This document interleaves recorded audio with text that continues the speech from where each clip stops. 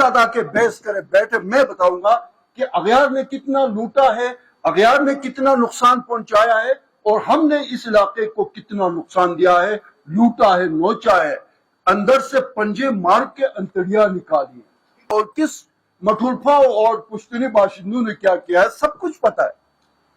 ہم آج بھی مسلکی اس تعصب کے مبتلا ہے۔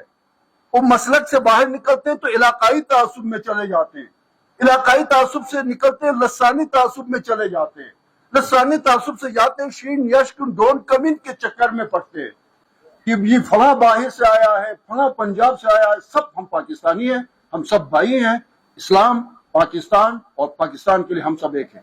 لیکن اپنے گریبانوں میں جان کے یار منافقت نہ کریں، جھوٹ نہ بولیں۔ پھر جمشید کی یاد میں ہم بیٹھے ہیں، یہاں بھی ایٹ لیسٹ منافقت نہ کریں نا، سچ بولیں۔ حافظ الرحمان جو 5 سال چیف منسٹر ہے، اس دور میں کوئی گرانٹ ملی نہیں ملی مجھے نہیں پتا ہے، اگر نہیں ملی تو زیادتی ہوئی ہے۔ انشاءاللہ یہ سہرا بھی انشاءاللہ وزیر اعلیٰ گلگت بلتستان حاجی گلبرگ کے سر پہ سجے گا، اور انشاءاللہ ہم حلقہ ارباب ذوق کو فائنینشلی بھی اور ایڈمنسٹریٹیولی بھی اتنا سپورٹ کریں گے انشاءاللہ۔ پھر بھی ہم آپ کی اتنی زیادہ کوئی خدمت نہیں ہے، لیکن وہ یاد رکھیں گے پچھلی تمام حکومتیں۔ یزید وقت کو ایک خوف دامنگیر ہے، یا حسین ابن علی کے نام کی تاثیر ہے، سر کٹانے کے لیے شبیر سا کوئی نہیں، آج پھر شمر لئی کے ہاتھ میں شمشیر ہے۔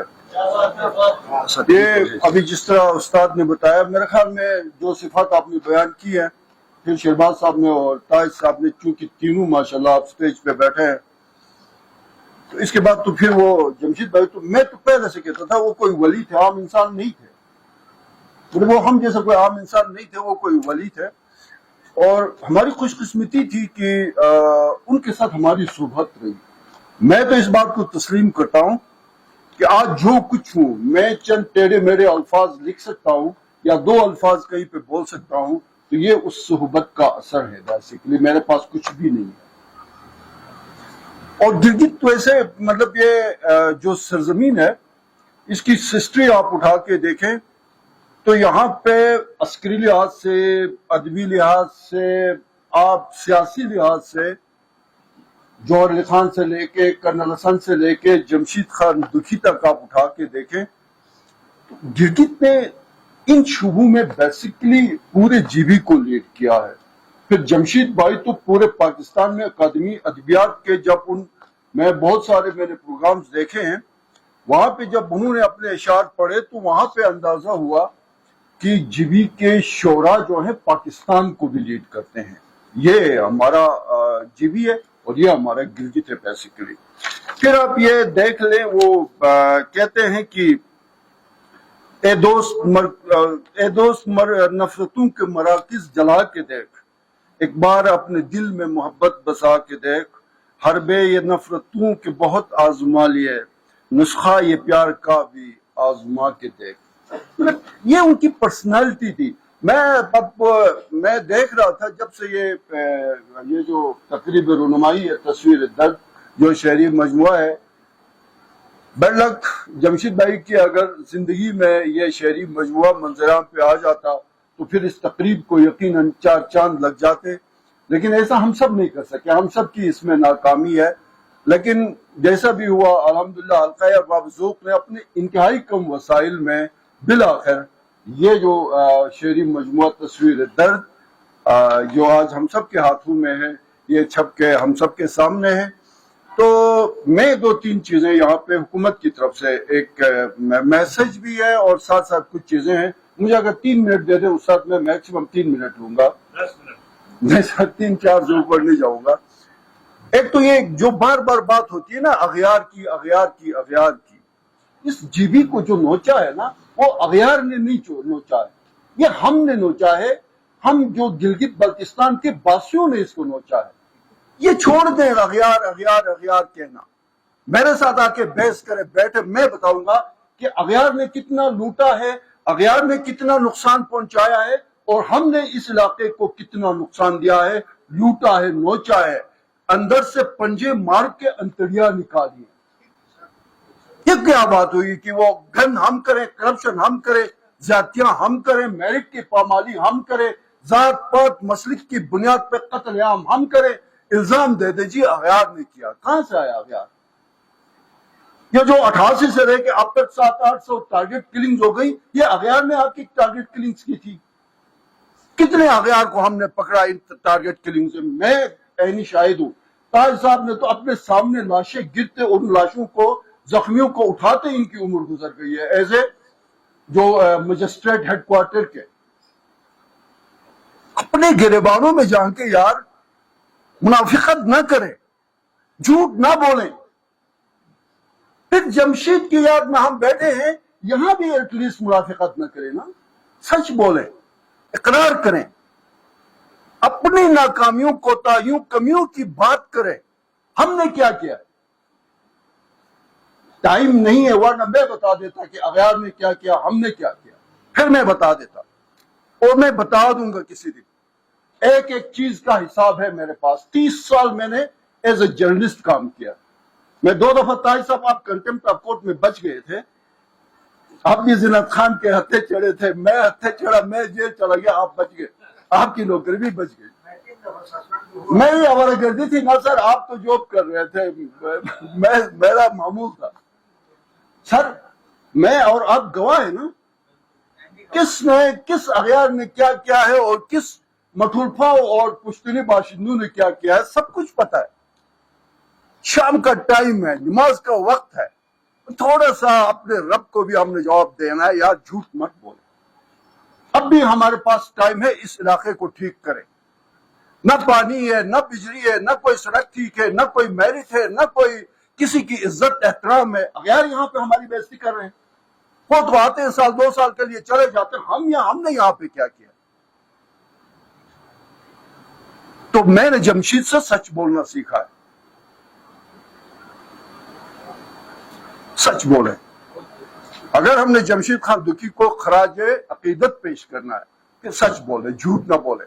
ہم آج بھی مسلکی اس تعصب کے مبتلا ہے.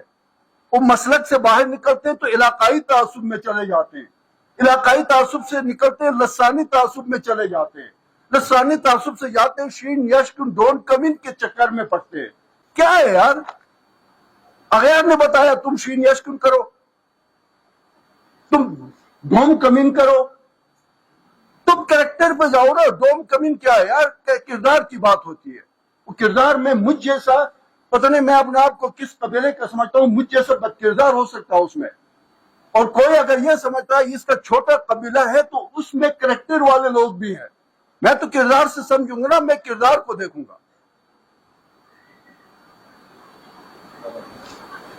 دکھ ہوتا ہے، تکلیف ہوتی ہے بعض اوقات. خود اپنے علاقے کو ہم نے تباہ و برباد کیا، الزام کسی اور پہ دے کے بیٹھے ہوئے ہیں. جمشید اس لیے جلدی چلا گیا.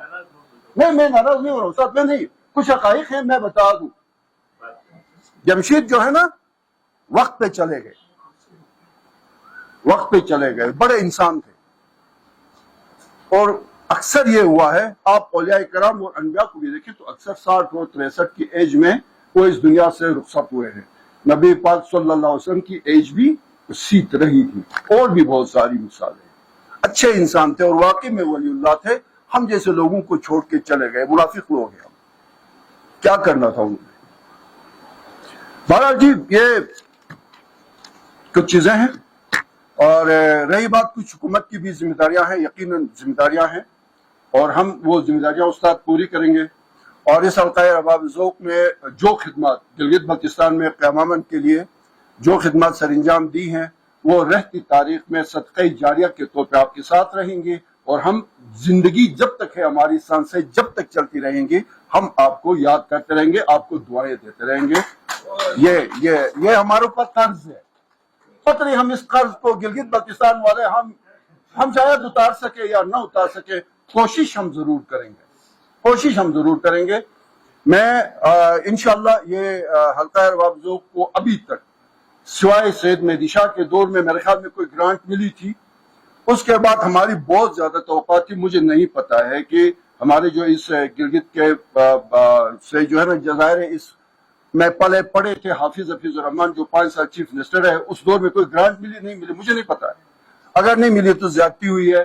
انشاءاللہ یہ سہرا بھی انشاءاللہ وزیر اعلیٰ گلگت بلتستان حاجی گلبرگ کے سر پہ سجے گا، اور انشاءاللہ ہم حلقہ ارباب ذوب کو فائنینشلی بھی اور ایڈمنسٹریٹولی بھی اتنا سپورٹ کریں گے انشاءاللہ۔ پھر بھی ہم آپ کی اتنی زیادہ کوئی خدمت نہیں ہے، لیکن وہ یاد رکھیں گے پچھلی تمام حکومتیں، اور ہم بتائیں گے کہ ادب کی خدمت کس طرح کی جاتی ہے، جس طرح ہم نے صحافیوں کے لیے کام کیا ہے، جس طرح ہم نے KIU کو سپورٹ کیا ہے علم کے حوالے سے، صحافت کے حوالے سے، وکلا کو ہم نے سپورٹ کیا ہے، لیکن ان سب سے زیادہ حق آپ کا بنتا ہے جو ابھی تک نہیں ہوا ہم سے۔